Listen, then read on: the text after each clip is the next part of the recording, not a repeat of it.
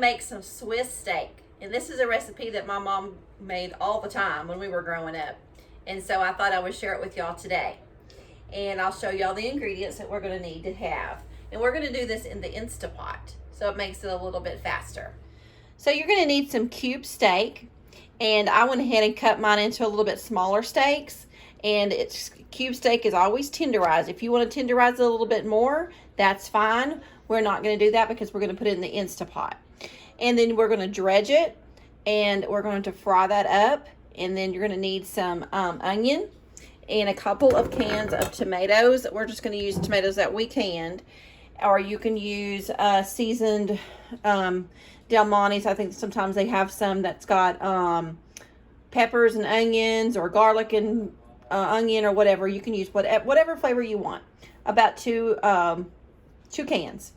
And then I have some chives here just for color. All right, let's get started.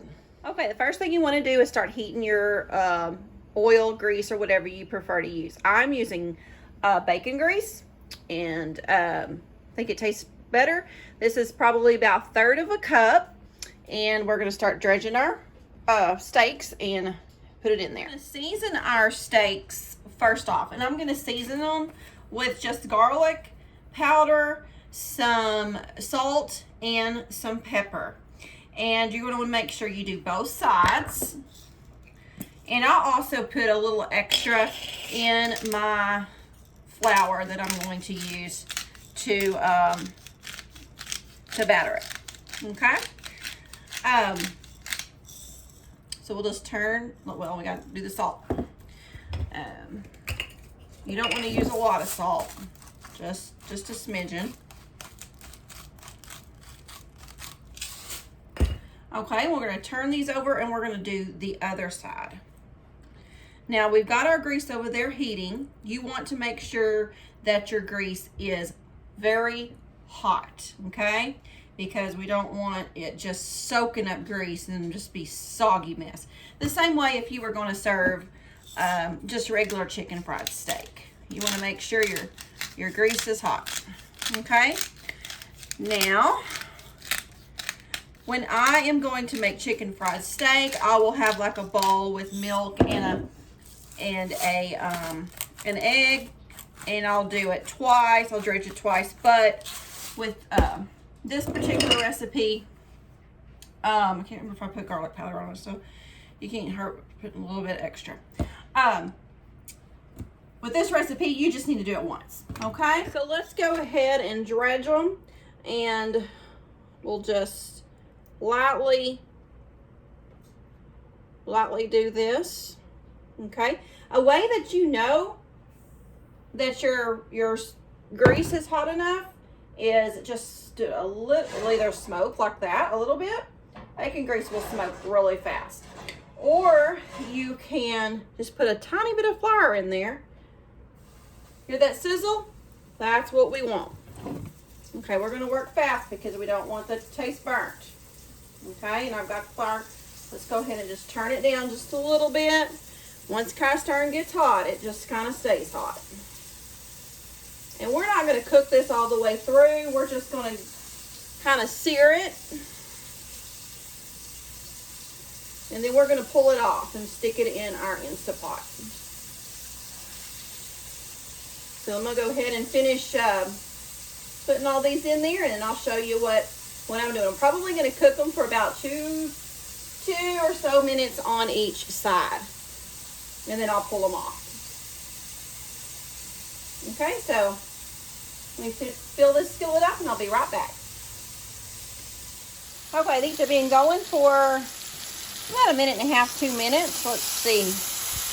Yeah, it's getting brown. See how that's getting brown? That is what we want. So let's turn all these over, and we're going to cook them on the other side for about 1.5 minutes, 2 minutes.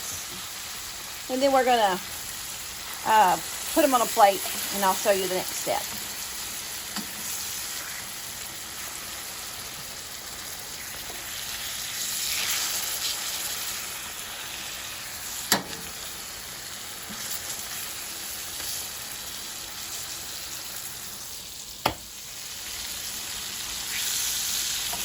Okay, I'm thinking that these are probably done. So I'm going to go ahead and plate them up.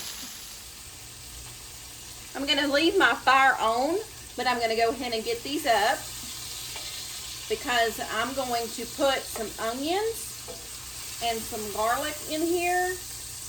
And we are going to cook the onions and the garlic for about 1 minute. We're not probably going to do it for any longer. So we just kind of want to get the seasoning of this bacon in here. And I'm also going to do this scallions, green onion. And I cut my onions fairly large slices. So, because when you put something in the Instapot, it just tends to kind of disintegrate. Mama used to make this about a tablespoon of garlic. And a little bit more for measure, good measure. Mom used to make this in, we didn't have Instapot, of course, back then. So we had the old-timey pressure cooker. And she would always tell us, don't get by this when I'm using it. The food can go on the ceiling. But she wasn't scared. She used it all the time, especially for beans. And this recipe in beans is what I remember her using it for. So these onions are looking really good. Let me show you. So they're just about good enough that I want to go ahead and turn off this skillet. Now this skillet here was a real special skillet. It was my grandmother. She got it for a wedding present when she was very young. So it's about 60 years old. Now here comes the real hard part.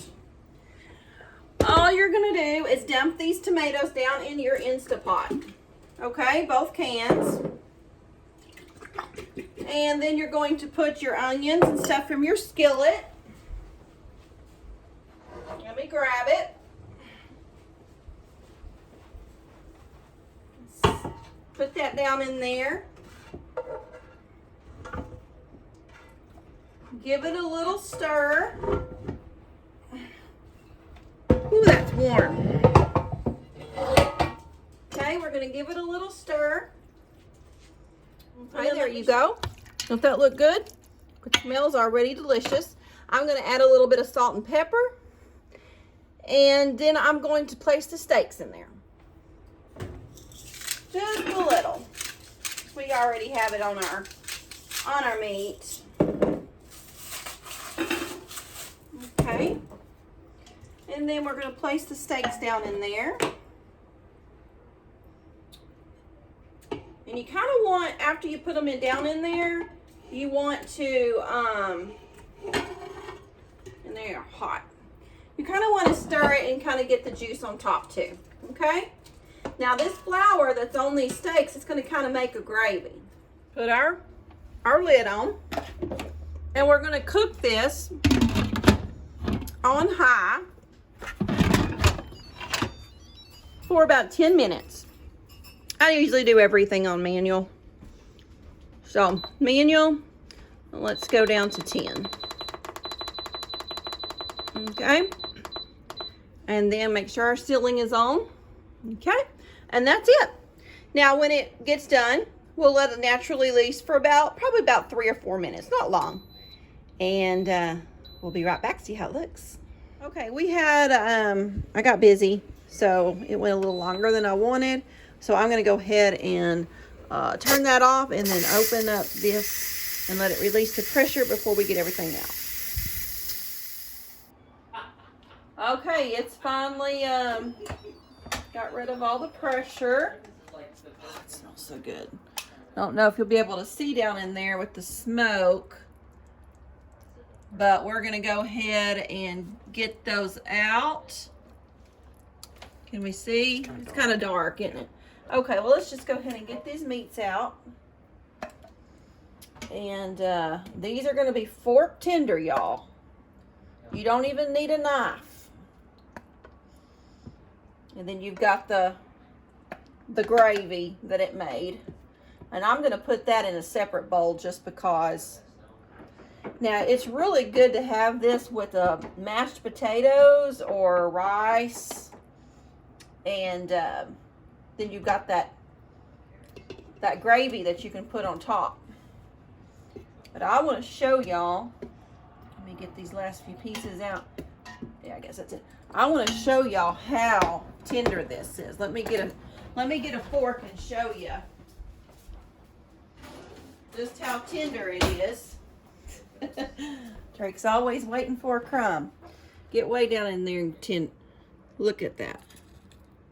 I mean, it is just fork tender. You don't need a knife with this. And it is delicious. I would taste it right now, but it is scorching hot. But let me get this gravy out.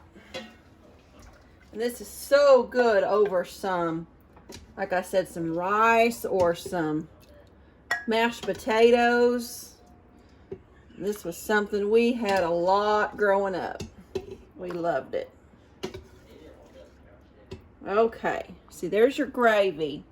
Now, you can thicken that a little bit if you wanted to get a little bit of cold water and some cornstarch and mix it up, and then just heat it, put it back in there and heat it for just a few minutes, and it would get really, really thick. But we like it, you know, just like this. So this is your Swiss steak. I hope you've enjoyed this recipe.